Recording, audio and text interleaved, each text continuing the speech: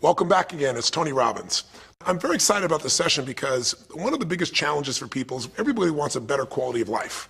Everybody wants life to be greater, but almost all of us get stuck at times where something stops us, something prevents us from doing something that we really are capable of doing. Whether it's turning around our body or shifting a relationship or turning around our finances or maybe just being happy and fulfilled at a different level, we get stuck with a belief of how we're not supposed to be, what we're not supposed to do, what people won't accept, what we're not capable of. Or maybe we get stuck in an emotional pattern of just being pissed off or frustrated or worried or sad or overwhelmed. Sometimes we get stuck, not so much in anything but some habits of doing things a certain way. And what a breakthrough simply is that moment in time where there's an opening. And the opening can come from a conversation, it can come from meeting somebody that inspires you, it can come from an insight, it can come from watching a movie and being moved emotionally at just that right moment. It usually comes because something kind of clicked inside of us. Something snapped us and made us look at life through a different filter in a different way. And it's a real breakthrough because you take that little insight, that little distinction, that little moment, or maybe that little or big emotion inside of you that says, no more, I'm going to change this. And suddenly you do something to make your life better. You break out of the impossibility of life has to be this way or life is controlling me, and you start to take back control of your life. You start to make the shift that creates the quality of life that you really deserve. Everybody experiences extreme stress at some point in their life. I don't care who we are. Something happens outside our control and it hits our life and it knocks us on our tail. It might be a health stress. It could be something with your family. It could be economic, career. It could be something emotional that happens, biochemical. There's so many things. It could be an environmental situation that had nothing to do with you.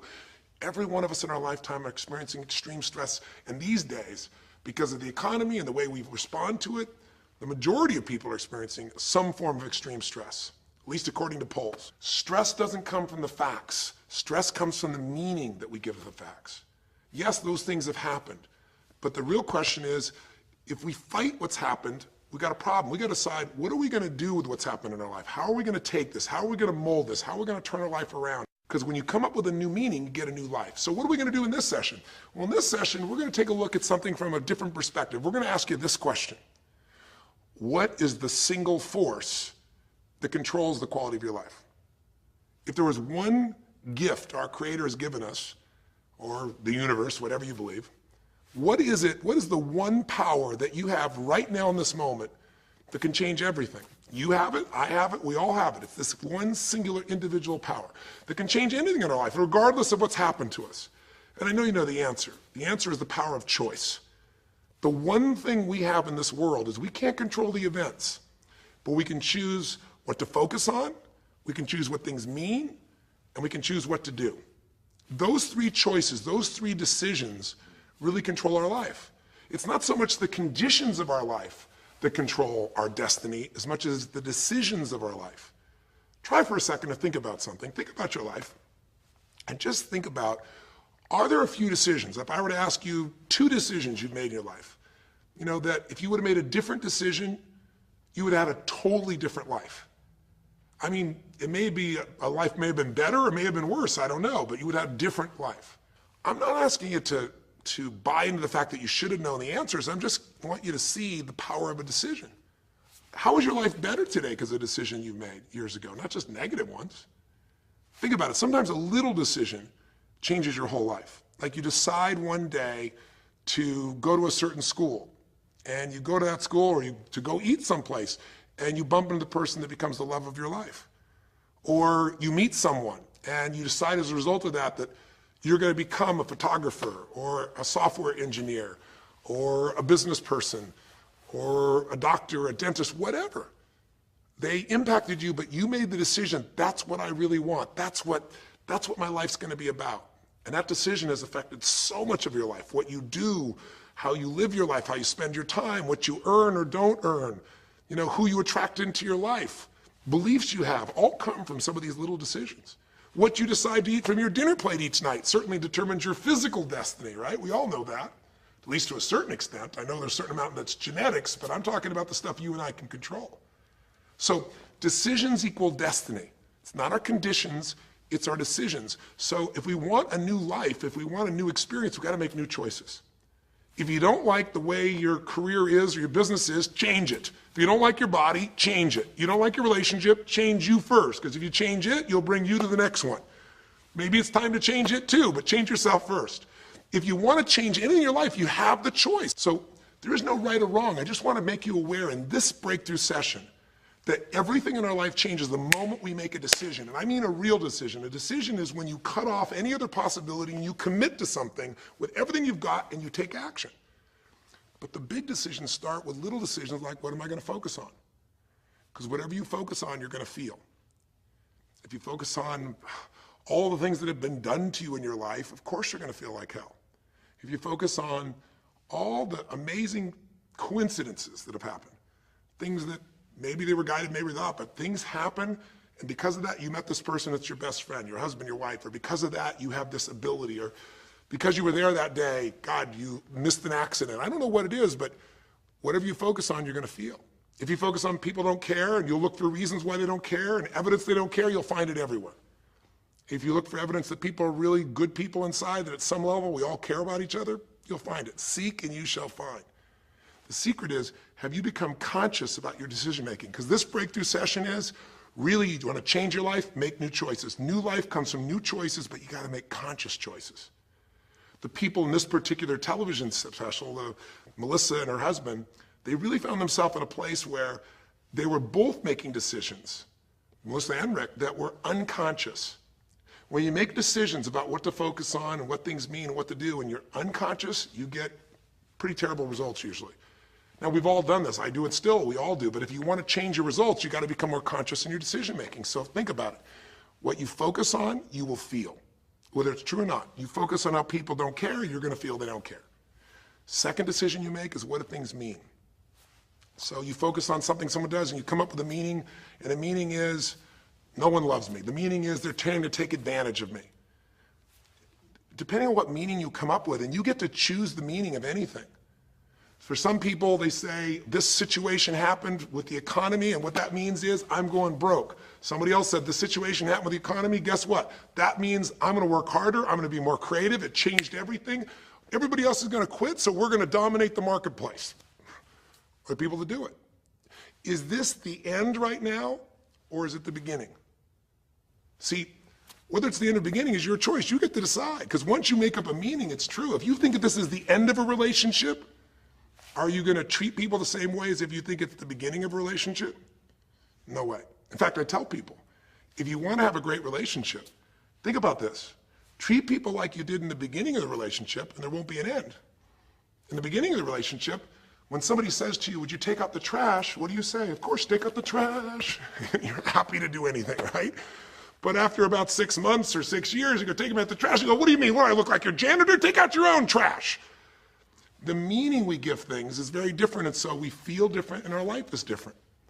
In the beginning, you'll do anything for someone. Now you make up a new meaning. Why should I have to do that for them? Little choices, like what to believe about yourself, what to believe about other people, whether this is the end or the beginning, start to affect your whole life. And the third decision we make, we decide what to focus on, most of us unconsciously. We decide what things mean, and the third thing we decide is, what are we going to do? We decide to quit because it's overwhelming. We decide to get strong and focus. We decide we're going to turn it around. We decide to wait and see. Ultimately, your destiny is determined by what you do. So, for example, what do you do if somebody comes to you one day and says, you have a tumor? Again, I've had that experience. I use that as a reference point because I've had a lot of intense experiences in my life, but that was one of the more intense ones for sure. I've had many, but that was very intense. You know, first, what do you focus on? Do you focus on it's over? Do you focus on why me? Do you give it a meaning that says, I'm going to die? What do? Do you just go through traditional therapeutic approach? Do you put yourself in the hands of someone else? Do you evaluate this? Do you get a second or third opinion? Your destiny is determined by your decisions. Now, if you're a guy like Lance Armstrong, you focus immediately on, I got to find a solution. The meaning you come up with is, this is the ultimate battle. And what you decide to do is you're going to exhaust every possibility. Now, that doesn't guarantee you're going to succeed, but it's interesting. When you have that kind of a mindset, it shifts you. And Lance Armstrong, I mean, he was told things like, look, You got tumors here in your brain, you got them in your lungs, right? You got obviously in testicles, and you ride a bike for a living. That's pretty tough. But he made it through all of those pieces. Now, am I saying because he made the right choices? I can't tell you that. There's certainly some grace in everything. I think in life, there's three things. There's our ability to choose what we're focused on, to commit, to get a result, to put all our intention and focus into something. There's our ability to do the right things, to have the right strategy, to execute. And then there's some grace. There's what some people call luck, some people call grace. There's if you do the right things over and over again and with total focus, sometimes, you get good fortune that comes your way. And you tend to have more good fortune when you're totally focused and decisive and you take lots of action than if you kind of just sit around and accept things like that you don't have a future. But the point of the matter is this guy turned it around. What was he like after he got through this problem? After he had his breakthrough, after he faced cancer, racing against some other guy seemed like nothing by comparison. You're not much of a competitor. I faced death. And he goes on to win Tour de France after Tour de France after Tour de France, breaking every record anyone could ever imagine. What do you do decades ago, half a century ago almost now, and someone says to you, go to the back of the bus, and you're African American? One woman just decided, you know what? You can't take my dignity from me. I can only give that up, and I don't choose to give it up. And I will not go back to the bus. The answer is no. And Rosa Parks changed an entire society. Because that day she chose to focus on something else. She gave it a different meaning. This is not a command. You do not have control over me. And she decided to fight. And she changed the direction of a country and of many other countries. She started something. We forget that you don't have to be famous to have the ability to change at least your own personal history, to change the direction we go in our life. We have the power to choose, even if you haven't before. You can finally say, no more, I won't put up with that, within myself or from anybody else. And here's what I'm going to do differently. That's where the breakthroughs really start to happen. Now the question is, why do some people stand their ground and make something change versus other people just kind of accept things? Why do some people make bold decisions and other people make decisions that are based on trying to hang on to what they've got? Well, that's a more complex question to answer than we might have in a few minutes in this one session, but it is one that I've spent my life studying, because when you can change your decisions, you can change your life. When you can change the force that controls your decisions, you can change anything in your life. At some level, we have certain beliefs and values. But if I was going to make it simple, I'd say there's two things that determine your choices. The first thing is the state of mind and emotion you're in at that moment. Think about it. Have you ever snapped at somebody and had nothing to do with them? It was just the state you're in, right? You were frustrated, you were pissed off about something, and in that state of mind, whatever they said got interpreted through that state, and you made up a meaning like they were an irritant or they were interrupting you. They weren't. You probably felt bad afterwards. When we get in the wrong state, we make the wrong decisions. When you get in a strong, empowering state, you'll make a better decision. Learning how to direct your state is a big part of what my work is with people, and it's a big part of what I do in my seminars. But the other thing that affects your decisions would be what I would call your story or your blueprint. We all have kind of a story about how our life is supposed to be. It comes from a set of life experiences, interpretations. Some people think life is all about getting theirs. Some people think life is about growing and contributing. Some people think life is about making judgments. Some people think life is about saving other people's lives. Some people think life is about being successful. Some people think God is the basis of everything, and the way to know God is to go through life in a very specific way with a set of rules, and they follow it. And that's what they believe. Whatever your story is, whatever your blueprint is just another way of saying whatever you believe is how your life is supposed to be, at some level, we either follow that blueprint or we fight it. If we follow it or we fight it, we're going to find that we're going to bump into things in life where life isn't always the same as we expect it to be or think it should be. And that's where we start to experience stress. So in this session of Breakthrough, when you watch this story and you saw Melissa, you saw the conflict between what she desired most and what she feared most. I really believe life is the dance between what you desire most and fear most. That's where you find where we live our life. The dance between what you want most and what you fear most. That's where all that energy is in life. So what does she want? She wants to be famous. She wants to be able to sing and have everyone hear her voice and be able to touch everyone. She wants to contribute. She wants to share her gift. And she definitely wants to be famous and successful. She needs to be closer to her children. And one of the big challenges in life is oftentimes what we want and what we need are two different things. She has 5 boys. They're all extremely young, as I'm sure you saw. And she has a husband. And while they're all supportive of her going on this journey, somewhere along the line, she lost that connection to what was most important.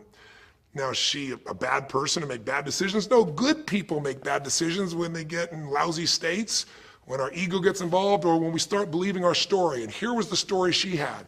Being a mom's important, but the bigger gift God gave me is my singing voice. And once we get seduced into a particular story and we start to believe it, it takes a hold of our life and it controls all of our choices. And then pretty soon, bad choice on top of bad choice on top of bad choice starts to affect our life. Can you relate?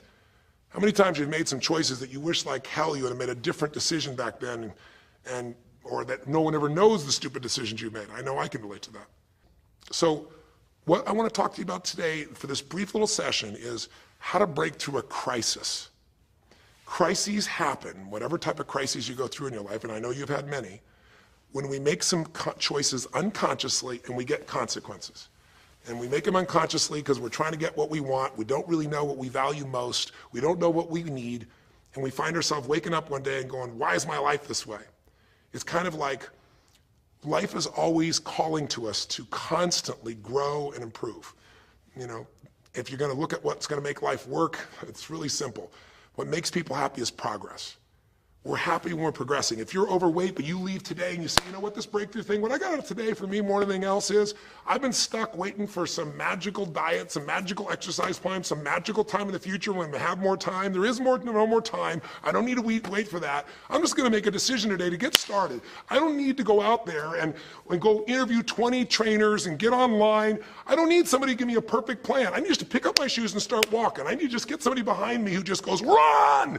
I don't need to wait for perfection. I'm going to do something right now. I choose to get fit. I choose to walk. I choose to run. I choose to go join a club. I'm doing it now.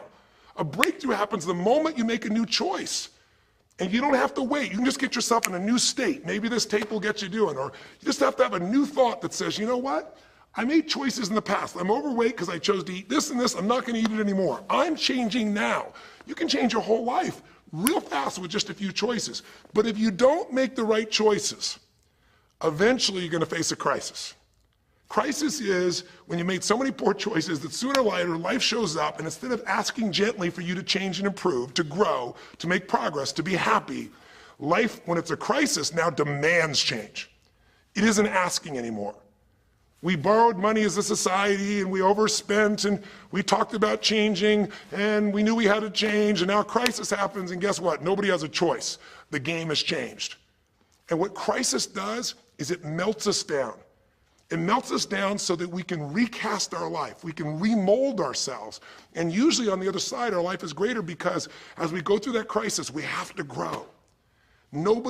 Everybody wants change. Nobody wants to do it. Everybody, I should say, wants progress, but nobody wants to change.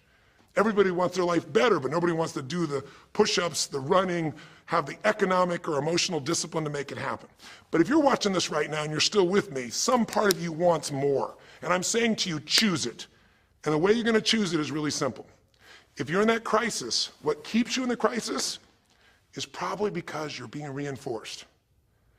Most people, they overeat, or they smoke, or they drink, or they yell at people. They keep doing it because they're rewarded. Whatever gets rewarded gets reinforced. Whatever habit or behavior is reinforced becomes a habit, and then pretty soon, do it long enough, it becomes part of your personality, and pretty soon you think it's who you are, and you just keep living that way. I mean, it's easy to see this in other people, right? It's easy to see how messed up they are and how easy they could if they just make some new choices. All you gotta do is turn on the television, some news program, some entertainment program, and you'll hear detailed descriptions about some person who is very powerful celebrity who is doing some stupid thing.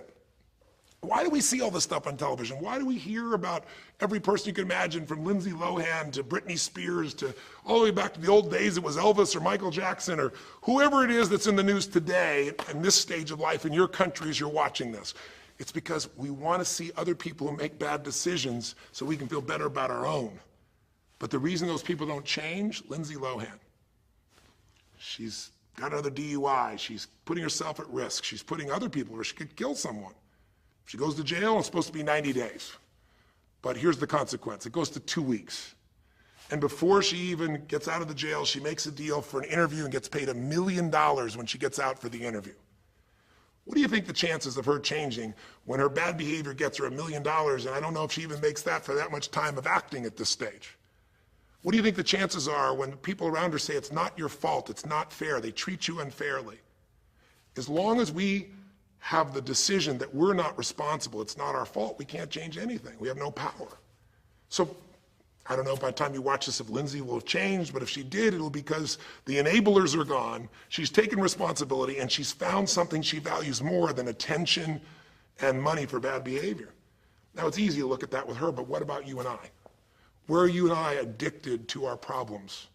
Where are you and I reinforced? So many people, when they have a big problem, listen, if things are going well, you say, oh, it's going so great. Your friends go, well, that's great. And after a while, they go, well, easy for you. But if you got a problem, people go, hey, I understand, and they connect with you. Where do we get addicted to our problems? If you want to make a new choice, if you want to make a new decision today, if you want to have a breakthrough in some area of your life, you got to give up the story that it's not your fault, and you got to give up the attention and the love and the connection and the commiserating that comes with it with other human beings.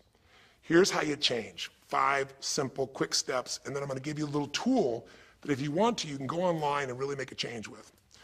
If you're going to change your life, step 1, I don't care if something has happened to you. You know, somebody has spilled oil all over where you fish. It's horrific. It's disgusting how they've dealt with it, but it's happened and you got to deal with it. Something's happened. Someone in your family's been injured. You've lost your job. I don't care what the problem is. If you're in a crisis, step number 1, see it as it is, but don't see it worse than it is. Now, what do I mean by that? I don't mean be Mr. or Miss Positive Thinking. By now, if you're spending time with me, you know I'm not about that. I'm not here to tell you, go to that garden and chant, there's no weeds, there's no weeds, there's no weeds. Doing affirmations is not going to change your life. You got to go see where the weeds are and pull them out. My point is simple. You got to see what the problem is, but you can't make it so horrific that you just give up. Today, this is the first generation in almost 100 years of Americans who now believe, the majority of Americans now believe, that the quality of life for themselves and their kids in the future is going to be worse than the past. They have, in other words, nothing to look forward to. 63% of the US as of today. Wow. When you start thinking there is no future, you go into what we call learned helplessness, a place where you just kind of give up.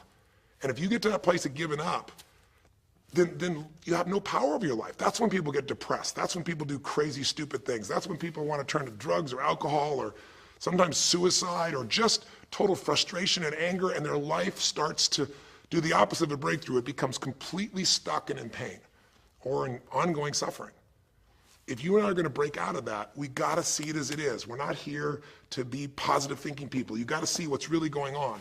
But if you're overweight, you can't say to yourself, well, I'm big boned. That's not why you're overweight. You're overweight because you don't work out, you eat certain things, you eat Cheetos all day long, watching TV. I don't know what it is you do, but I know it's not just because you're big boned.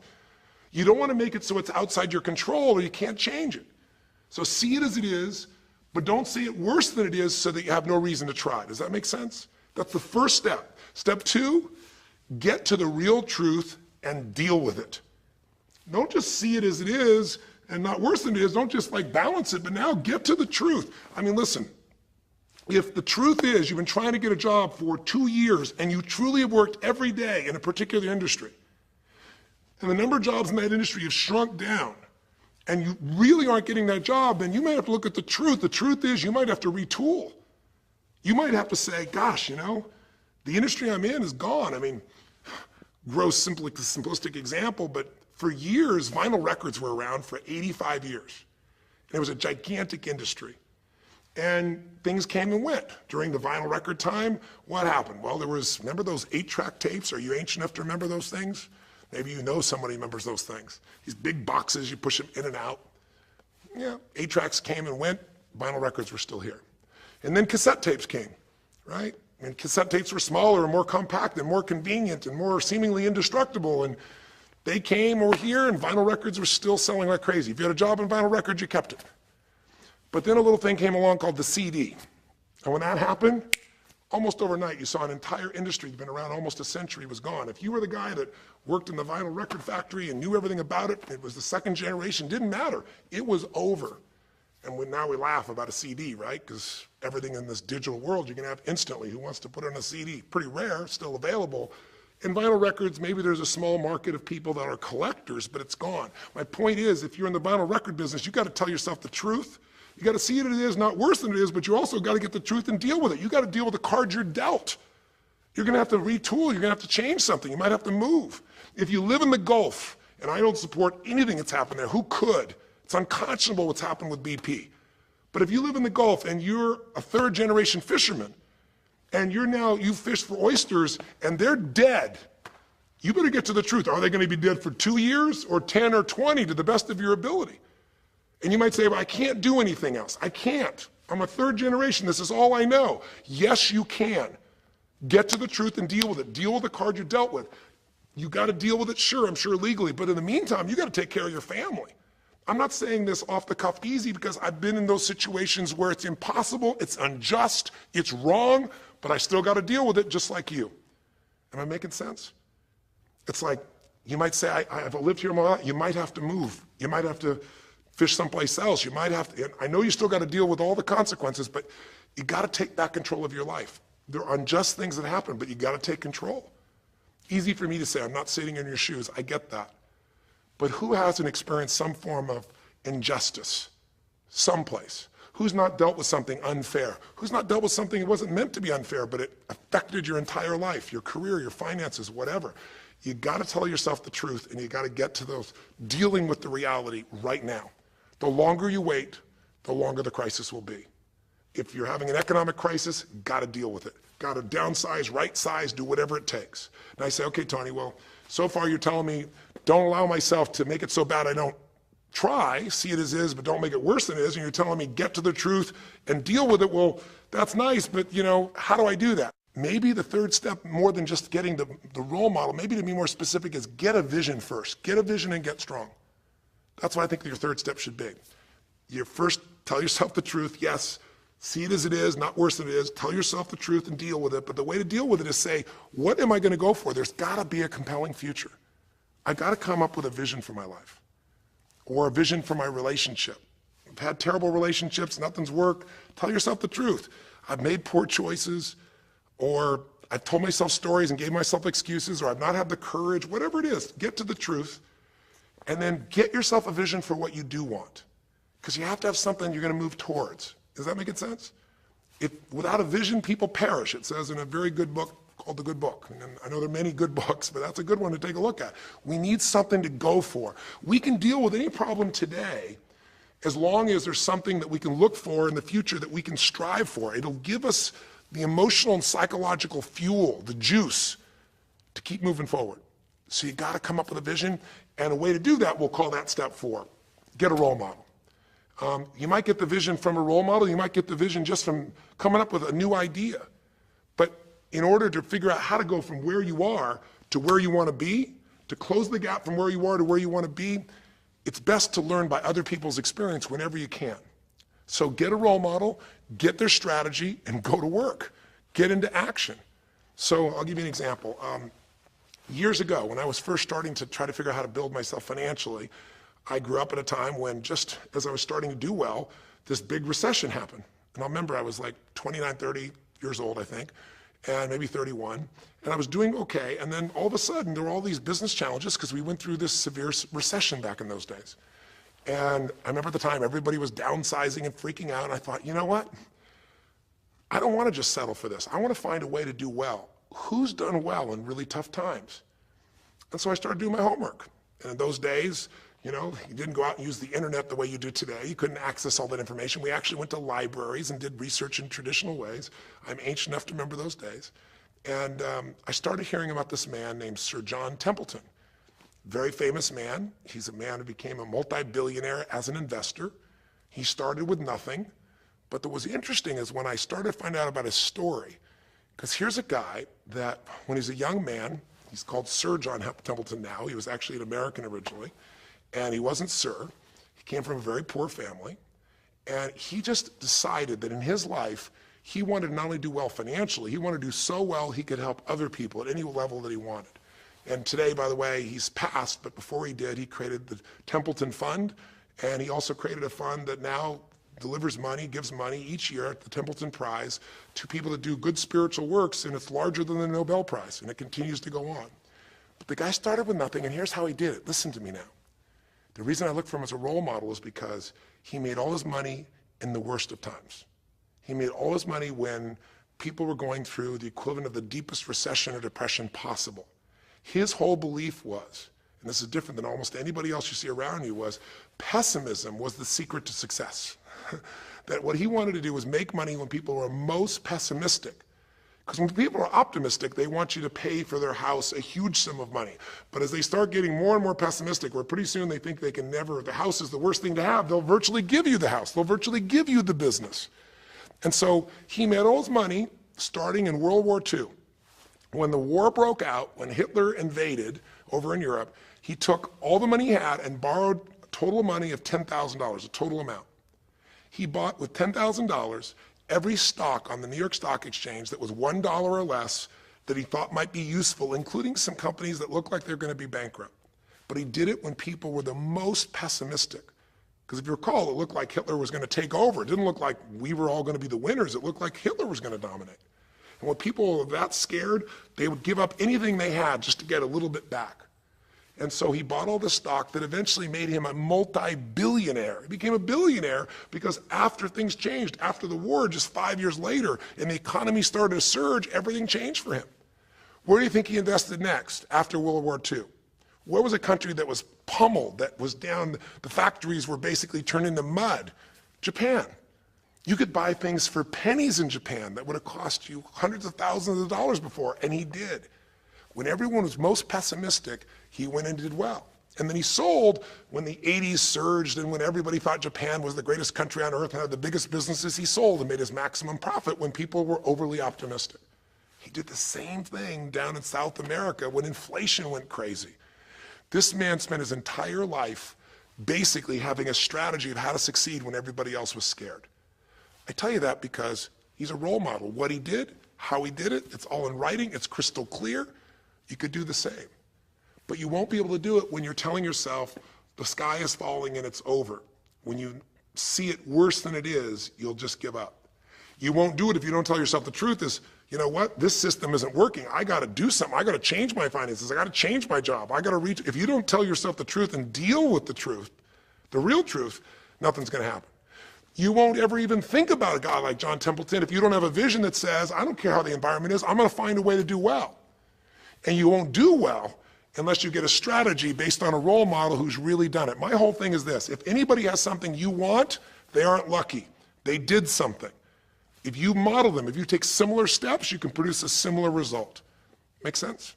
And then finally, the fifth step, look, if you're in a situation where you see it as is, but not worse than it is, if you've told yourself the truth and you dealt the cards you're dealt with and just decided you're going to change it and you're willing to do what's necessary, if you put yourself in a place where you got a new vision and you gotten yourself strong, if you got a role model and you got some strategy and you got yourself into action, step 5 is give much more than you expect to receive.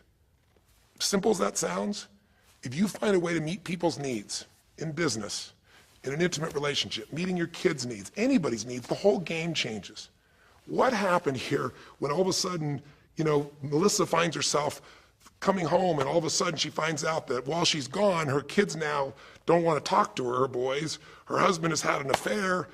Well, none of that could change if she would have just said, you know what, my whole life is over, I'm done. And oh, by the way, I've just lost my career too because while I'm busy trying to deal with my family, I didn't finish the record, so I lose my record deal. And oh, by the way, we don't have any financial stability, now we're losing our house. If that family would have just said it's over, if Melissa or Rick either just said it's over, it would have been over. But they told themselves the truth. We got severe problems here, but they didn't make it worse than it was. They didn't say we can't turn it around. And then they got to the truth of the infidelity, the truth of her addiction to going after fame instead of being a mom, the truth that neither one of them had been really competent at parents and had not given the energy to the kids that they deserved. The truth will set you free, but first it'll piss you off. The truth it doesn't feel good, but Not feeling good is sometimes where you get your drive to change things. They started looking around and said, we don't have the skill to even manage our house, much less our finances. We got to do something different. We got to focus on our kids. We got to focus on turning things around. We got to turn our relationship around. But that wouldn't have worked unless they got a vision of starting to see, it could happen. And that's what I helped them with. I helped them get to the truth. I helped them to stop over-exaggerating. I got them to a place where they got to see that this relationship could be back alive and passionate, and that these kids deserve both their parents, and that she really could be a great mom, and that maybe in the end she could even still have her singing career and enjoy it too, that she didn't have to give it all up. And I'm really proud of her. She did it because she found a role model. She got a vision, but she got a full role model. And the man that she works with today is a man that's sold, I think now 5 million or 10 million records. And most people outside the country business don't know his name. He's her mentor now. He's made music with, Willie Nelson, with just about anybody you can imagine in the business. And he's done it for all these years, but he's never left the central part of Texas because that's where his family is. And Melissa's had offers to go to Sony Red. She walked away because they said, you're gonna have to do these things without your family. She found out what was most important, and she made the decisions that met her needs to be a great mom. When you fight life and go, I should be a singer and not a mom, and you got 5 kids, you got a problem. When you fight life and say, the economy should be different, you're gonna be stressed. Deal with what is, without exaggeration, with total honesty, dealing with the cards, coming up with a vision, finding yourself a role model that shows your strategy, work your tail off, give, keep changing your approach, and you can get where you wanna go. Make sense? Now that might sound like a lot. So to get you started, here's what I'd like you to do for this session. Start out, if you want, by taking a big crisis or problem you have and going through these steps, saying, okay, what's really true? And let me stop the exaggeration. Let me not make it worse than it is. Let's define what's true. Let's stop the story. Just here's what it is. We got this much financial challenge. We got this physical challenge, whatever it is. And then you go to step 2. All right, let's find out the truth. Let's get the details. Let's get the details and figure out what we're gonna do. And then here's where we're gonna go. This is where we're gonna eventually get to. It might take us longer to get where we wanna go, but we're gonna get here. Who's done it that we can model, that we can follow the steps in, who can coach us? And let's just work our tail off and change every day. But to give you a quick jump, sometimes when you're in the middle of crisis or crises, multiple crises, lots of things going on simultaneously, it feels a bit overwhelming. So, and you might not know a role model. You might say, Tony, I don't know who. Well, not hard on the internet these days to find role models, or come to an event. I can promise you we can show you plenty of role models. This is what I do for a living. But what you can do right away is you can model yourself. Think about it. Almost everyone alive has been through more than one tough time, crisis or multi-crises, where you're having a problem financially and you're having a problem with your family and you're having a health problem all simultaneously. Those are the intense ones, right? But if you're standing still today, most of us have found a way to get through it. And if you don't, you know someone who went through a tough time, a grandmother, an aunt, an uncle, somebody. The greatest way to make that change happen, when you break out of break through, you break out of a problem, you break out of a crisis, is model yourself. So we have 5 questions when you click on this link. And you can do it by video, so you can see yourself, and you can share it with other people, or you can type in the answer. I'll tell you in advance what they are, and then when I'm done here, I want you to do it right away if you would. The first question is, what's been one of the toughest times in your life? What's been one of the toughest times in your life that you did get through? Maybe it was a financial situation. Maybe it was a career situation. Again, maybe it was an intimate relationship where you were crushed. You thought you could never make it through all the pain you went through there.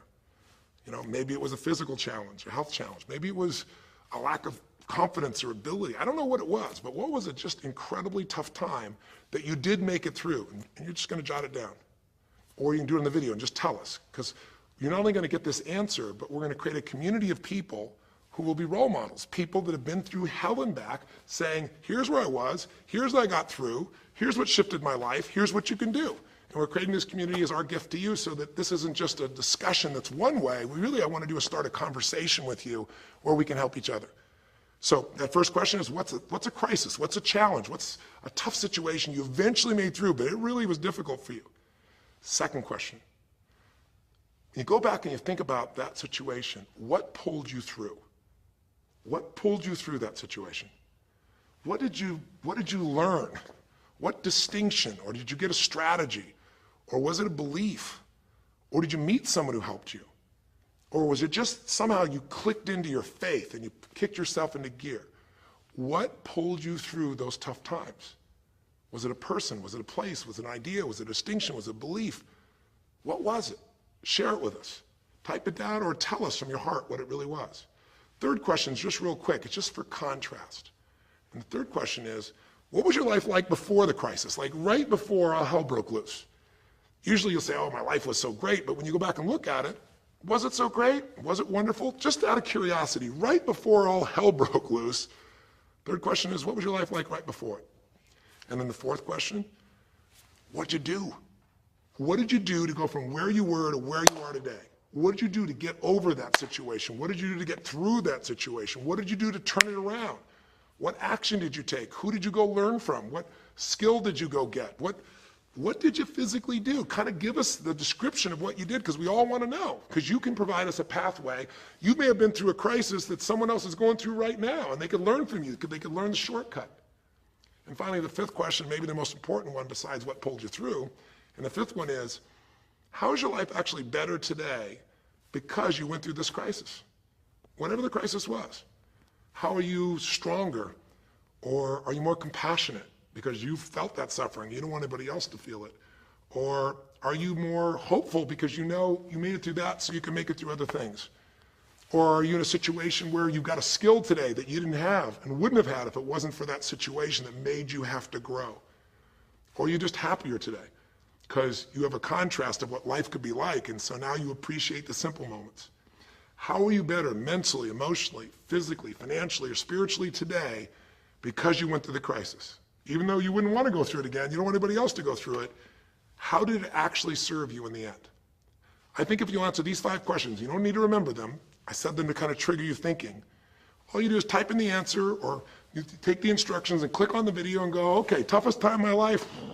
There have been so many, but I'd say when I went through this divorce, or I'd say when I was told I had this tumor, or I'd say when they told me this company was going to go bankrupt, or whatever it was. Second question, what pulled me through? God, I don't know, I guess a combination of things. One was this belief that somehow everything in life happens for a reason and a purpose. And even though I hate this, something must be calling me to grow. Or I'll tell you what it was. It was a friend that sat me down and said, man, you're going through hell. But when you're in the middle of hell, when you're pushing through hell, just keep pushing. Just keep going through it, man. I've been there. And he gave me this plan, or he gave me this strategy, or he told me, you know, this problem won't last forever. Trust me, I know it feels like it's the end of the world, but 10 years from now, you and I will be sitting here, and you'll be here with your children, and you'll be here with your wife, and we'll be talking about those tough days, and we'll actually smile and laugh about them and be so proud we made it through it together. Or you might say, what got me through it was prayer, or my faith in God, or what got me through it was just massive action. You know, what pulled you through? Just tell us. We all want to hear, we all need to know. And there's lots of ways to get through hell, isn't there? There's lots of ways to get through a crisis. There's so many ways. That's what I want people to get. So when you're done with this on the website, you will give in something, because a community is not just a place you go get stuff, right? It's a place you give. And the more, you know, authentic you can be and honest from your heart, the more other people will see and be touched. You know, what was it like before? Oh my God, I was on top of the mountain.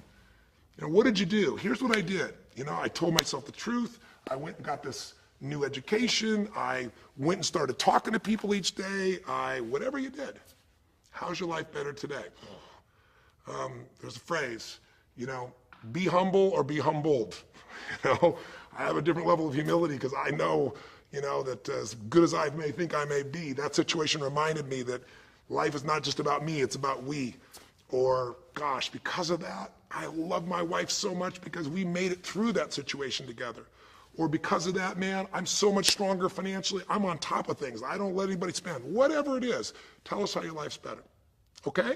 I don't know how long the session was. Again, there's no script here, baby. I just want to work with you heart to heart to say one thing. If you want to break through, you have to make new decisions. New choices create a new life. The only thing stopping you is some limiting belief, some belief about how life should be different or you should be different. Deal with life the way it is. Tell yourself the absolute truth. Don't make it worse than it is. Tell yourself the truth. Deal with it. Get a vision. Get strong. Get a strategy. Get a role model with a strategy and get into action, and then put your focus on taking action every day. Giving, giving, giving. Change your approach. You will get there. Go to the Power of Crisis right now. Click in. Give us your message and the answers to 5 and look at other people. You'll find people have been through things you can't imagine. A woman talking about how one day she was home and a man came in, and to try and save her children from being hurt, she had to let him rape her right in front of her kids.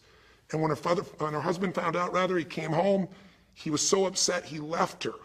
And then she developed cancer. I mean, you'll see some stories here that'll blow your mind. And today she's the most happy, incredible woman, and she's helping other people who have cancer to get through it. She's healthy and strong. Her kids are strong. We need those kinds of role models. So whether your story is little or big, there is no little or big. We all need a pathway of power. And this will be a gift to yourself because it will activate your resources, and it'll be a gift to other people as well. So that's our session. The power of decision, the power of choice, how to face a crisis and turn around. It may not sound like rocket science. It's not. It's just called the truth. And the truth will set you free, as they say. So live strong and live with passion.